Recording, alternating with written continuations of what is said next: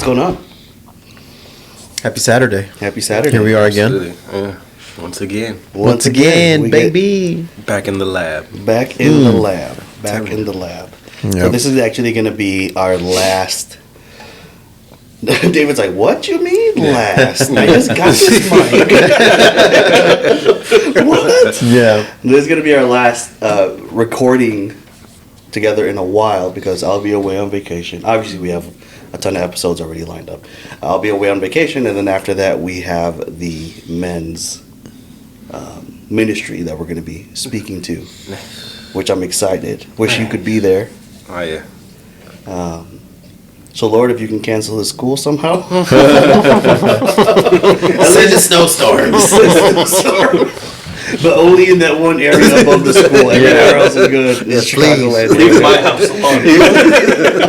Exactly.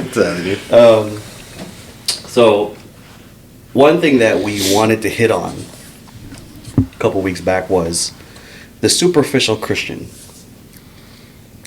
Are they helpful or are they harmful to the church? Can you explain what you mean by superficial? I look at the superficial Christian as like, hey, good morning, how are you? God is good. God loves you. Yeah. But then, and I mean, I guess some people could really be like that. And I guess that's okay. For me personally, at least in this season of my life, that comes off as, I mean, for lack of a better term, fake. Yeah. Right? Like you Holier than thou. Yeah, exactly. That's a great way. It's like the holier than thou type of guys. Yeah. Where it's like, life is not always that positive. Exactly. We would like it to be, or at least that perception, but I think it's more harmful to the church. So to backpedal a little bit, I think there's two ways to look at it, right? I think it's helpful because you're getting more people talking about God and like, okay, cool, like be like one of the fruits of the Spirit, be like that example out in the world. But on another sense, and this is me more personally speaking, it's like I don't like that because if someone comes into church who's really hurting, like you said it best, like church is like a hospital, right? People come in who are sick. That I feel like would turn someone off. Hey, good morning. What's your name? Exactly. You know, like, Exactly. so that's how I feel. What are your guys' thoughts on that? I'm in the same boat. I have a different vision in my head for a superficial Christian. No. Like, for me, a superficial Christian is like a cold Christian. Like, the Bible speaks about cold, lukewarm, hot, Yep. right? A cold Christian is a superficial Christian for me. Like, he, I don't know, is he saved? Is she saved? I don't know. But maybe they accepted Jesus, right? And they stayed there, and that's them and God, right? But there has to be some growth.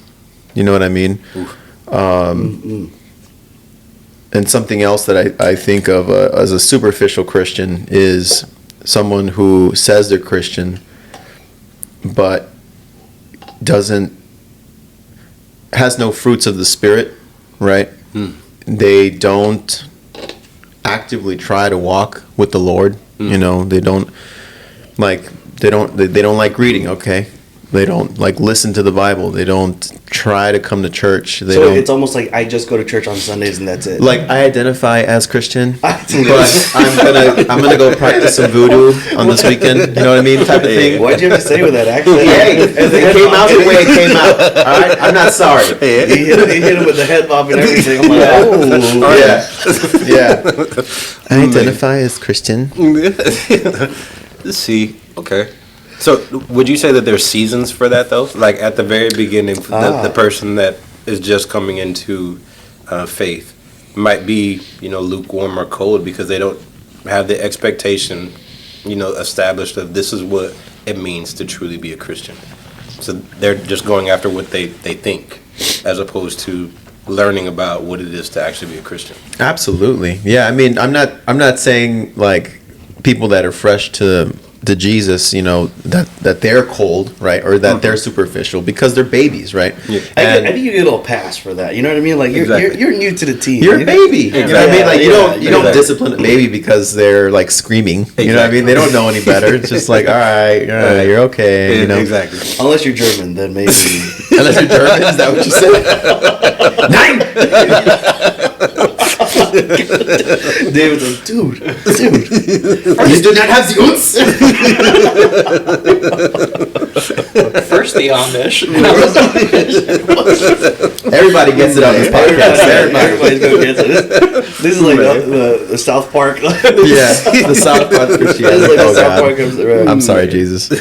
No, but yeah, like people that are fresh to the gospel, I believe it's Paul that speaks on them and says that they are babies, new creations in the Lord, and how they need the unadulterated milk, right? So they need to be led, they need to be taught, discipled, and it's a very crucial moment because they could be led astray and they have no idea.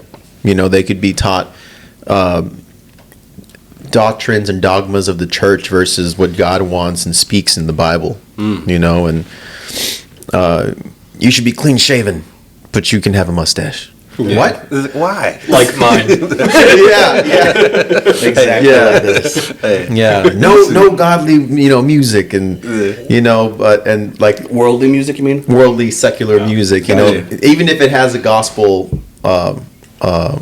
message, right? Yeah. But then they have like their version of like or their culture's what's a word? Their culture's melody with the whatever up at the altar. And I'm just like, what? What are you doing, dude? It's confusing. Exactly. So you're saying it's more so the people that have been Christians for decades that are likely to become cold. Yes. Yeah. Yeah, absolutely. Yeah. Or, then there's the people that just, like I said, accepted Jesus and stayed there, And I understand there's seasons, right? Like, for whatever reason, you might have come to God and whatever the reason, you didn't get taught, you didn't get discipled, you didn't know how to read the Bible, right? Because the Bible is difficult to read, especially depending on the translation. It is. And some of these words, you're like, what's going on? And then like, dude, don't even get me started with genealogies. All right, Exactly. like my brain just goes blank. Exactly. Right? Oh, dude, yeah. Yeah, I'm trying to read Genesis to my daughters. They're 4, and they're just like, and then Hamel, and then Enoch, and then Methuselah, and then Yeah, exactly. Who are all these people? yeah. I know why it's important, right? Yeah, but like exactly. someone that's starting off, they're like, what is the point in all these names? Who are these people? Let's map this out. Yeah. And then, if you map it out, then you realize, they're trying to show you that everyone came from these 2 people and that Jesus came from the lineage of, But you have to have some time, or you have to have someone explain it to you, because, like, God's Holy Spirit is the only one that could just illuminate your mind like that as you're reading the Bible and you just start piecing things together. Because, you read, by the time that you get to Daniel, you forgot what was in Genesis for the most part. You know what I mean? Exactly. So it's God's illumination there. Man, I had a point that I was going to make. This is why I usually bring a notebook, because every time I will forget the memory of a goldfish. Write down your notes on your phone. Exactly. Oh, yeah. He's like, well, we're recording right now? What? Exactly, man. How'd I get here? Let's see. Who are you people? Yeah, no, that's what it was. Okay, so in the Bible, it actually talks about. I wanted to bring that up, and I wanted to see if it was going to be applicable to the situation where it says, woe to those that would do my little children harm, essentially. So would you think that would be like that lukewarm Christian or the cold Christian to the newer people to the faith coming through, and then essentially, you're going to hell or whatever just based off of this without giving any kind of context. And now it might be truthful, but you might be turning that person away just because of your delivery. It actually talks about that in the Bible as well. Your delivery? Yeah. Specifically? Uh-huh. Yeah. So, wanted to see if you guys thought that might be applicable. The woe making sure that you're not turning away these babies, essentially, my children, if you will. That's, to me, that really applies to people that know that they're doing wrong, and they do it anyways, right? Especially with people, especially with children, especially with people that are young in the faith, that don't have a very strong connection with God, that don't have a very strong foundation, right? But when it comes to the message, I think that in every season, the way that you speak to some, they're gonna take something better, right? So in one season, I might be real sensitive, and you gotta talk to me like, like I'm sensitive, right? Exactly. And another season, I might be really hard-headed, and I need someone to say, "Hey, wake the f up! You're going the wrong way." And In Jesus' name. in Jesus' name, yeah. And then I'd be like, "Oh, this person never speaks to me like this." Like, Exactly. I'm okay. Let me circle back. Let me internalize, right? Like, for example, John the Baptist, right? He was going around calling people generations of vipers or whatever, right? Yeah. So, what does that mean? So I think it all depends on how God wants to speak. That's so good. And then look at like the prophets, like the major prophets, when they would come into a town and they start laying into the town. You know what I mean? They start saying some things, and you're what is it? Child of like murderous women, or I forgot what the word, but you know what I'm trying to say. Like, exactly. They got some strong words, right? Exactly. And so I think it all depends on the season. But what you're getting at is when somebody knows that they're doing something wrong, especially when it comes in the context of leading someone down a bad path. Exactly. Yeah. So there's obviously plenty of people that know that they're doing wrong and leading people down the wrong path. Exactly. I think, especially when it comes down to children, I'm just so much more like defensive about it. Like I was actually having this conversation with Sam, and I'm like, I have like some leeway for people who are like murderers and all these things. Like, this may be right or wrong, but this is my perspective. I have some leeway. I have more grace towards them than someone who like assaults a kid. That's sexually, child rapist, like a child rapist, child a molester, pedophile, child molester. All these, like, I get it. That I'm like, no. There's no coming back from that. Yeah, it's funny because jail agrees with you. Exactly. Yeah. Like, you have all the murders, you have all like the of the world. Yeah, but then like the moment there's a child molester and then they find out, they kill the person. Yeah, that's why they need to be in their own area. Yeah. Because like we saw that when we walked through the jails. Like, yeah, these guys are, they're protected from the rest of the general population because they know why you come into prison or jail, right? They know the reasons what you did out there. How they find out? TV. Today on 7 ABC News, we know. Dude, they find out. Like, there's connections everywhere. Like, I mean, it's wild. Anyways, so they know what you did, and they'll come after you. So they have to put you away with everybody else. And one of the craziest things is those guys who are like the predators. A lot of them were like professionals. Yeah. Oh, like hitmen? No. Like, they were like dentists, doctors. Like, yeah. Absolutely. That's the craziest thing. It's like you imagine men like that, and they're mostly men. Like, not saying that women don't do it, but they look like professionals. Like, they look like on the outside their lives are together. Yeah. No, wait, hold on. So then these professionals, they like killed somebody in cold blood, or was like an accident? Like, oops, I slit your throat. No, I think we're you're talking about the child predators. The child predators. Oh, they're the predators. professionals. Yeah. Oh. Yeah, that professionals like hitman. Yeah. Just imagine the dentist. The dentist while you're sitting in the chair. Yeah, that's really what thought that popped in my head. Does he have the barcode on the back of his head? Yeah. They're operatives for the CIA. They're operatives, bro. Think they're not? But those predators, man, like on the outside, they look like, they're clean and everything, but deep inside, it's like, so my point is, my tolerance for that is so low like I'm like, there is no place in heaven for you.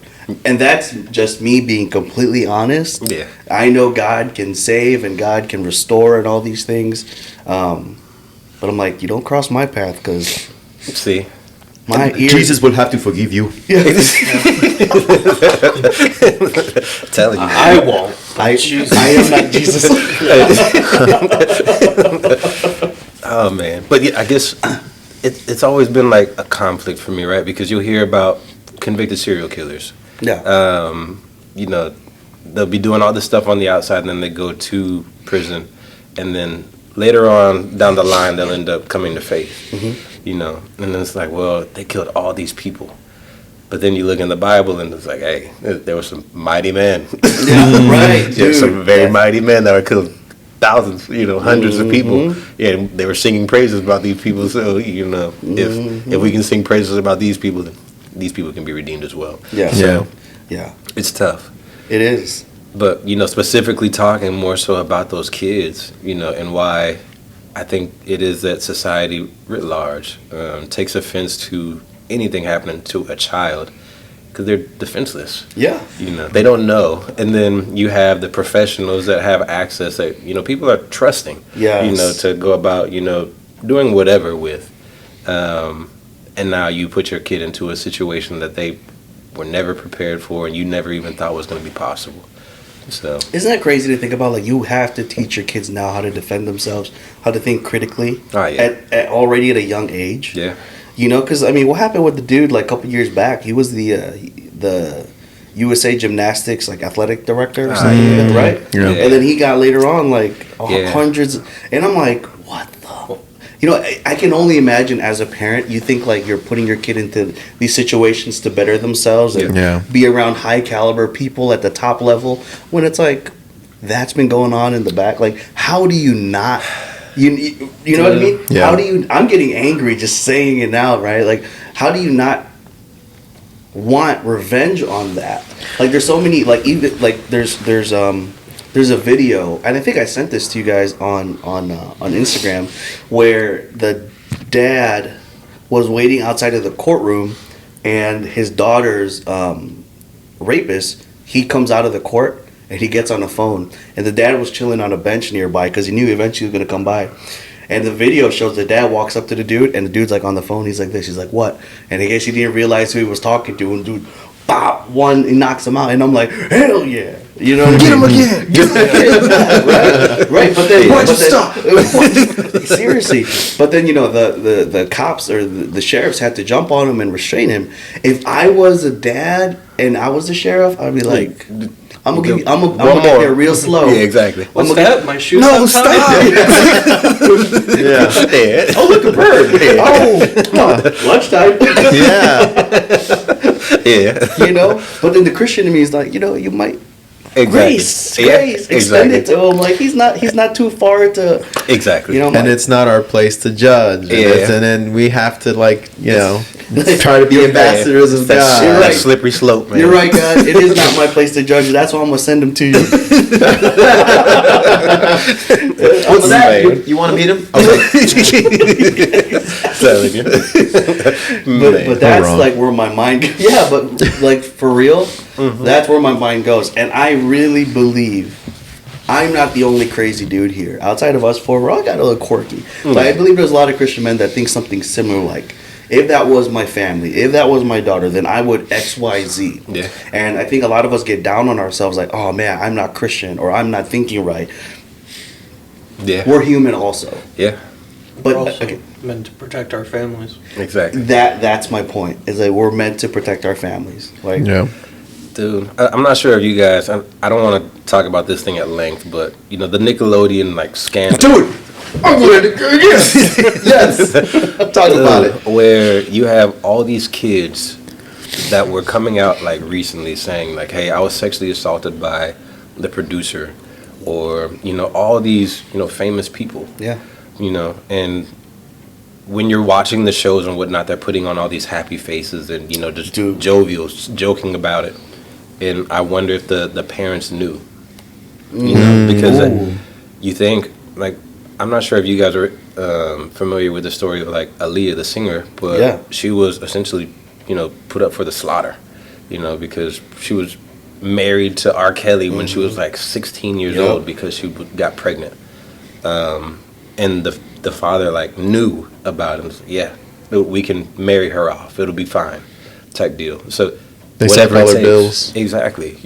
So at that point, I start thinking like it's old England or something like that, where you're just marrying somebody for land or whatever it is, and you're using your join kids. Their kingdoms. Exactly. Yes. Exactly. So it's disgusting. That practice is still going on in the Middle East. Yeah. Where they sell their 7-year-old daughters as wives. Exactly. It's tough. I think now it's they wild. promise to marry them later. They promise. Well, that's the thing. Like, I'll be we're- right back. I'll be back. Yeah.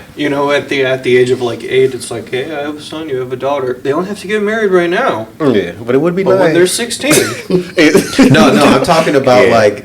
like 7-year-olds getting married to grown ass men. Yeah, like 20-year-olds. and Yeah. stuff, Yeah. Yeah. that's just wrong. Yeah. He's like, mm-mm. Yeah. And they're not waiting. Which See, is that's- the messed up part. And you know what? Like, I know we kind of came in today like, hey, let's free flow. What's on our minds and hearts? And I love that we're talking about this now because this has kind of been brewing in my mind. I mean, if you look back to like, the symbol, right, the Operation Redwood, the first piece is restoring manhood. We've talked a lot about that. But the next two pieces that I think a lot of people forget, and we don't always talk about it, right, is rescuing kids and rebuilding families. This rescuing kids part is exactly what we're talking about now. When you have weak men that don't live up to what God's calling them to be, this is exactly a byproduct of that. Exactly. Children suffer. When you don't have men stepping up and being protectors and being, I'm reading a book right now and it's called, let me actually pull it up. It's actually so good, man. Like I'm actually listening to the audiobook. It's like 14 hours. It's called The Toxic War on Masculinity, written by Nancy Pearcey. Nancy Pearcey, what's up? Got to get you on the show. Anyways, she was actually she was actually a feminist. And then she wrote this book because she came back to Christ and she started realizing this is the masculinity is being under attack. So she comes from a scholarly background, so everything is data. And so I love how she talks about this book. So she goes, there's Christians, real Christian men who are really striving to become good men, Godly men. Yeah, exactly. Godly men. They want to lead their families, go off of what the Bible is. They serve at church. They're really trying. And there's nominal men who only go to church every now and then. It's kind of just I call myself a Christian, and just like what we're talking about, Superficial Christian. the superficial Christian. Yeah. And then there are the worldly men who don't say they're Christians at all. The godly men. Data shows that there's a 30 to 50% chance they have a lower percentage of domestic violence and divorce for the godly men. Now, if you guys, let me ask you guys, who do you think had a higher rate of divorce? The nominal, hey, I call myself a Christian, but I only go on Sundays and I don't really participate, or the what's the word, the atheist men, who has a higher rate? Who do you guys think? Man, I know that race used to be 50%, but that was 10 years ago. Yeah. They're probably higher now. But which I'm saying, which control group? Yeah, do you think? Man, the way you're wording the question, I'm going to go with the nominal Christians. Exactly. Yeah. Exactly. They have a way higher chance than even those who don't say they're Christian or don't go to church. And I'm like, interesting. That So is. I'm in part of the book now where she's analyzing why is that. It's hey, these guys want to say, they put the label, I'm a Christian. It's because they were wearing a mask. Exactly. Boom. So they wear a mask in bed too. They wear a mask with their kids. They wear a mask at work. They wear a mask Yeah. when when their wives are trying to be intimate with them, telling them dark secrets or hey, I need you emotionally. Just yeah, baby, you're doing great. Yeah. Absolutely. Instead of having the hard conversations, the real conversations, the conversations that hurt. You know, Absolutely. that we can work on, we can build on, that we can go through the fire together. Exactly. Yeah. But It's wild, man. back to what you were saying about Nickelodeon, all right? Because Yeah. and then it ties into what you were saying about how the Olympic gymnastics. And isn't it wild that the higher up you go in showbiz or athletics or whatever, like the more you love this word, I can't remember it. It's the more you go into like this like apex whatever you're doing, like you're an actor, you're a singer, high performer, like the higher you are as a performer when it comes to these sort of genres where you're in front of the eye of the people on TV, on the radio, on the news, whatever, there seems to be more and more predators. Exactly. It's like there's more and more sharks. Yeah. In those waters, right? Exactly. And why is that? Some people argue that it's because like the predators have this mindset of a predator, right? So then they also want to present themselves in cheap clothing, right? So then they know how to be charismatic. They know how to shake your hand, look you in the eye, and lie to your face, right? Yeah. But then as soon as they get their moment, they pounce, right? Yeah. And they'll stalk their prey for months and years. And, I offer another conspiracy theory, but it's not really a conspiracy theory anymore. How do I say because this? because like we've talked about this before, but everyone in Hollywood is coming out as satanic. Yeah. And is that wild? They're coming out as in their music videos and their concerts, just openly, saying, I'm an open practitioner of Satanism, and the things that they have to do or go through in order to be part of the high coven or whatnot. I think they're selling their souls, man. They're selling their souls for riches. Yeah, man. I truly believe that. Like, I just saw this Justin Timberlake video that my buddy Alberto showed me, actually. Justin. Yeah, that's what I said. That's exactly what I said. They got to him? Yeah. They can get to anyone. Like if you look at all these artists, right? Like, look at Rihanna, Michael Jackson, Britney, look at all of these, specifically about the music industry, right? Yeah. They all have this one video that, like, music video, that after that music video, everything changes for them. Yeah. In their career, in their life. And it's really hot and it's heavy for like maybe a year, 7 years, but then after that, it goes downhill bad, right? And then for specifically Justin Timberlake right now, he's really light, he's happy, he always has this persona that he portrays that everything's good, and very clean boy image, right? Minus his major lapse in judgment, right, that he had with his co-star. But in this video, he enters this mansion, right, and they're having like this big party. It just looks like some sort of club, right? And then he sees this one girl, and he's okay, cool, she's cute, whatever. Goes over, starts dancing, and then the girl gets really weird and freaky, and then she like licks him, scratches his face, and then everybody in the club turns around and stares at him. And then, they get their faces distort, their eyes get all white and shady. I'm like, okay, so they're all demons, right? He just walked into a coven or something like that. And then the girl that he was looking at, she like sprouts wings and she's like spits blood all over him, like it's some sort of from her mouth, like it's some sort of ritual. This is a new one? Yeah, this is a new one. What though? And then and it has it doesn't go with the song at all, right? Yeah. So it's just like what are you guys doing? Like, you just want to openly tell it? Yeah. And so Wait, this is not in sync, right? This is only Justin. yeah, this is only Justin. But then at the end of the video, right, like he disappears and then a new version of him appears, right, as the director. So he went from singer, cast, whatever, to director. So his status was elevated, right? Ooh. And then when everybody, the director comes out and he, again, really charismatic. He's like, all right, everybody, great job, go get cleaned up. Y'all look disgusting. And then he goes out to his car and makes sure nobody's looking, pops the trunk. The old Justin is in the trunk, scared, dying, wrapped in tentacles. And he feels like it's very symbolic of our souls, right? Yeah. Because it's like, okay, you entered this contract with the devil. and his demons, and then you get all the fame, all the money, everything you could ever wish in the world, but then there's a part inside of you that's scared. There's a part inside of you that wants out, that just wants to be saved. There's a part inside of you that wishes you had never done this, that sees the consequences of your actions, and that little bit of conviction, or that little bit of morality that you have left, you have to kill it in order to do the atrocities that you have to do to maintain yourself in this elevated status now. Absolutely.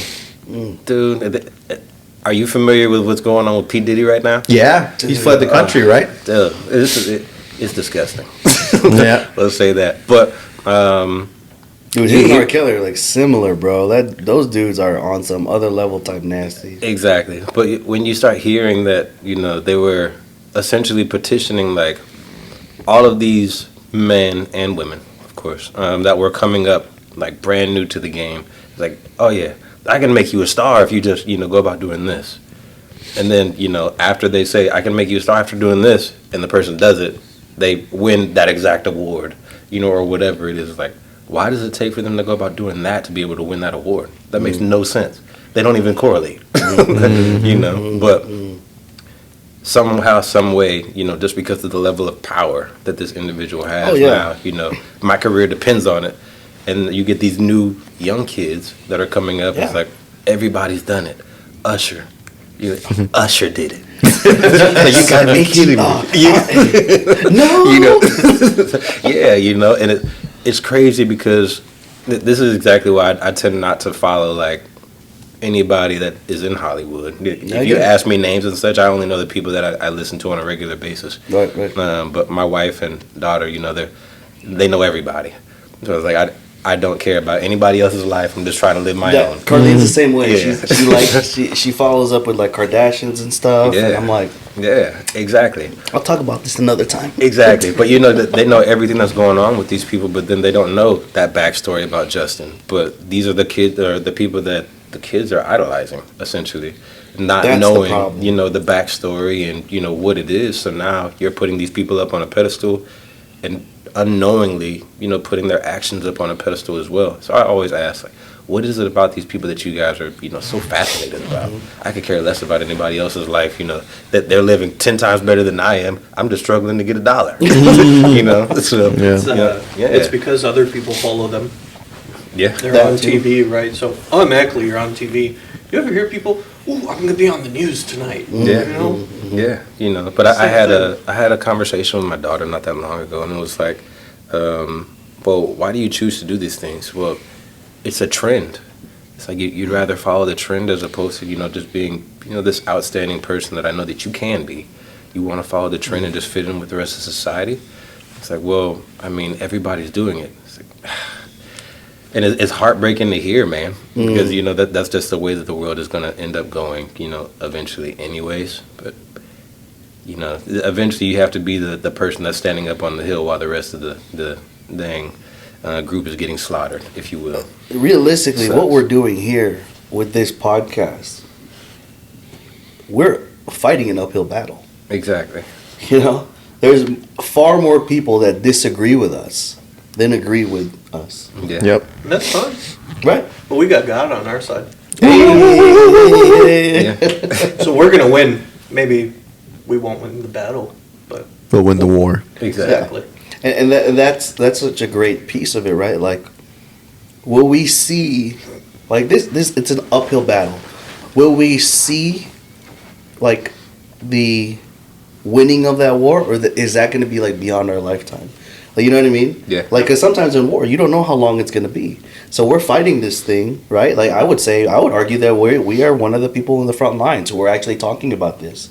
It's been brought to me so many times. We're like, man, I love your guys' podcast. You guys are talking about stuff that a lot of men need to hear. Mm-hmm. I'm surprised you guys haven't been canceled yet. I'm like, that's because we're not big enough. Yeah. Not yet. Just wait. Just not wait. yet. We're still making little ripples. You just wait, though. I mean, think about it. In India, we started September 23. Mm-hmm. September 11th, 2023 was our first episode. Symbolic. Yeah, a lot of symbolism there. Yeah. A lot of symbolism there. That's my wedding day, FYI. Wow. Shut up. Yeah. My daughter's birthday. The twins. See? 7-Eleven. Man. You gotta add something. Yeah, telling you. He's like, I love smoothies. From 7-Eleven. Or slushies. That's what it is. Slushies. September 11th. September. Oh, September 11th. I don't know why I heard 7-Eleven. Something's wrong with my thing, man. I swear, yeah. That's the problem. Oh, man. Lots of symbolism in there. But right, like if you look at it in this recording, tomorrow's Easter, so it's like September, October, November, December, January. A, B, C. January, February, March. Well, it's been 6 months. 6 months, right? Yeah. And he's like, I better calculate this right. My man's about to shoot himself in the foot.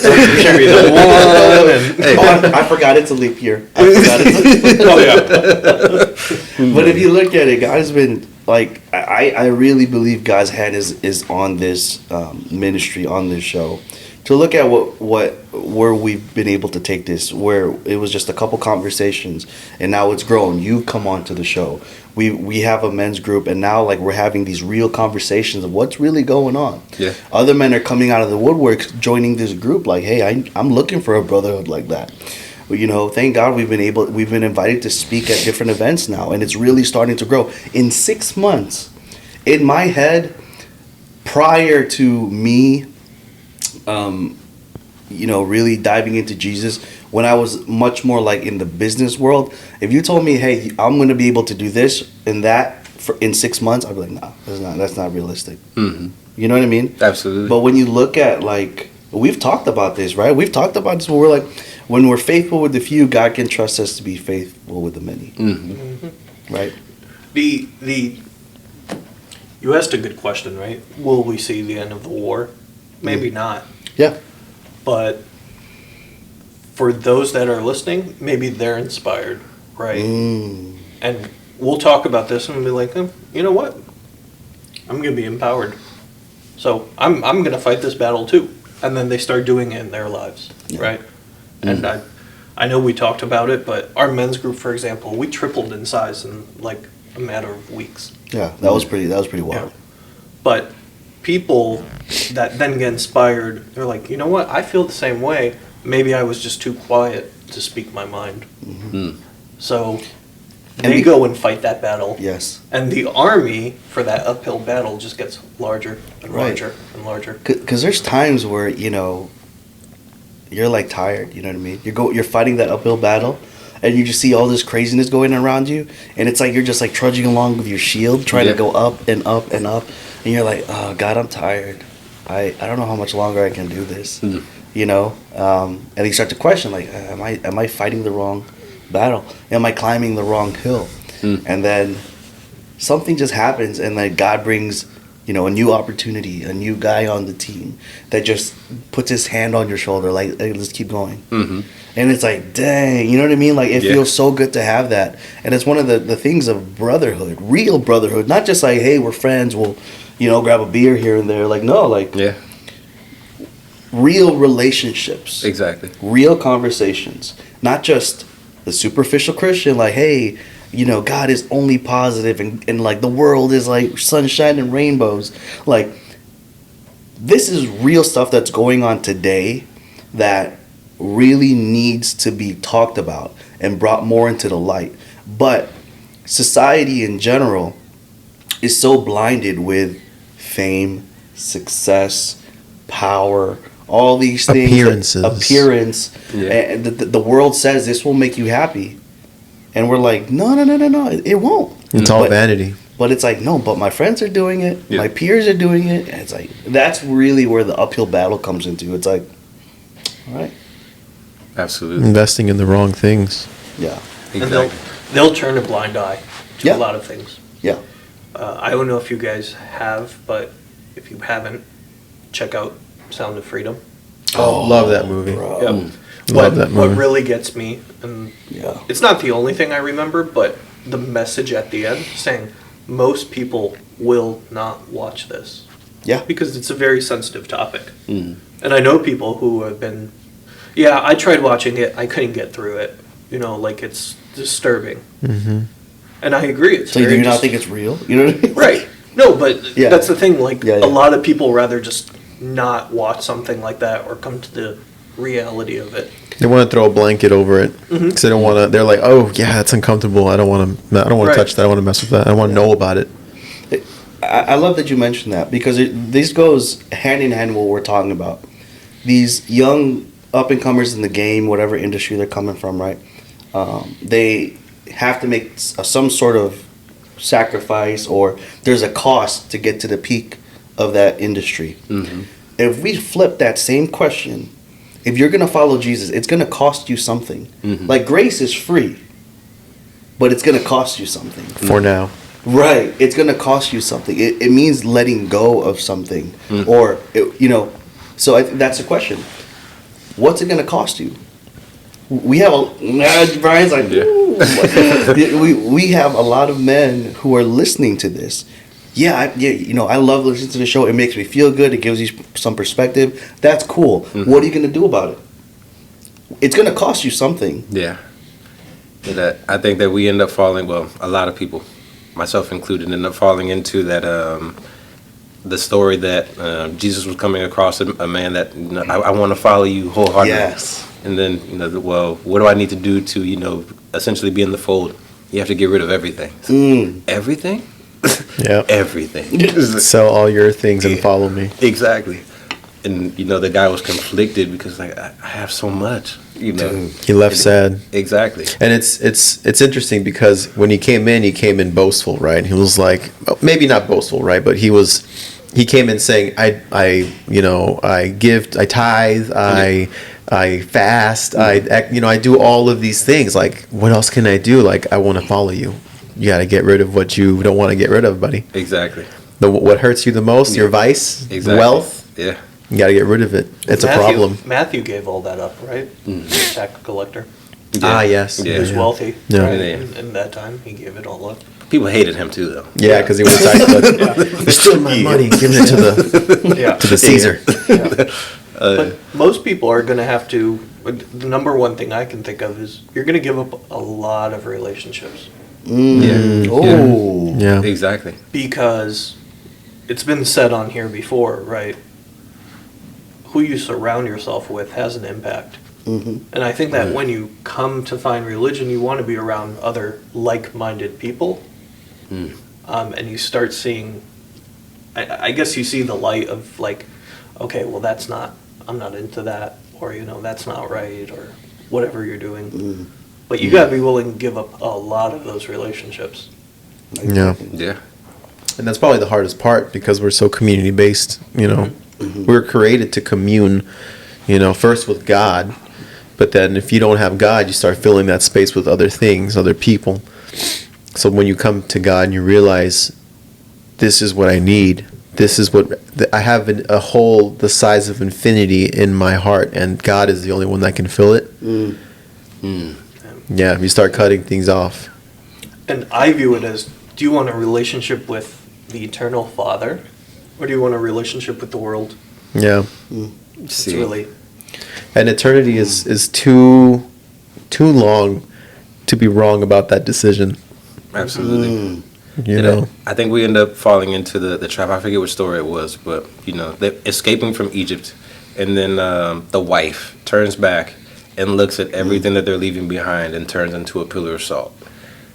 For Sodom and Gomorrah. Yeah. Yeah. So you're looking back at all the wealth, the friendships, everything that you've accumulated. The orgies. In life. Exactly. It's like I miss the orgies. Yeah. One more peek. Yeah. Yeah. Exactly. I was just watching. Yeah. Exactly. Yeah. One more from the road. I didn't do anything. Exactly. But could you imagine you're like running, and then your wife turns back and looks, and then she turns into a pillar of salt, like right next to you. Like, Yeah. And just keep walking. Well, No. I loved you. Bye. Yeah. Exactly. Man. You see. Yeah, But I think that's wild. that might be the level of sacrifice. You have to be willing to go about giving up everything to be able to receive everything.